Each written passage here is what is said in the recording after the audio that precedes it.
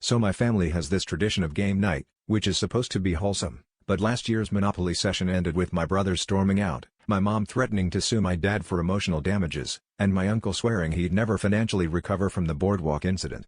So this year, Mom instituted a no Monopoly, no exceptions rule, and instead brought out a cooperative game called Harmony Island.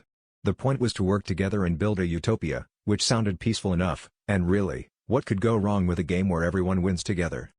Everything started off fine, too fine, in retrospect. My aunt was humming, my cousin was actually speaking to his parents, and even my uncle was uncharacteristically quiet. That should have been my first warning.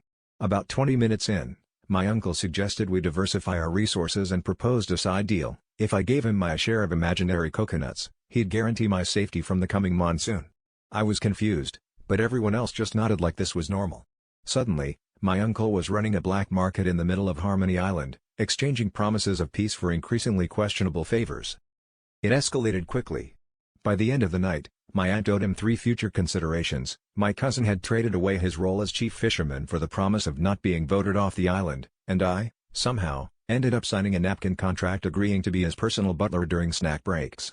When I tried to protest, my uncle just grinned and said, "Read the fine print, kid. In this house, the bank always wins, even if there isn't one." My mom tried to intervene, but he offered her a get-out-of-chores-free card, and she folded faster than a cheap lawn chair. So, despite the game's cooperative intentions, my uncle had managed to mortgage my dignity, foreclose on my social standing, and buy up all my self-respect. Turns out, it doesn't matter what game you play, when you invite my uncle, he'll always find a loophole. Next year, we're just playing hide and seek. And if he tries to collect rent on my hiding spot, I'm calling a real estate agent.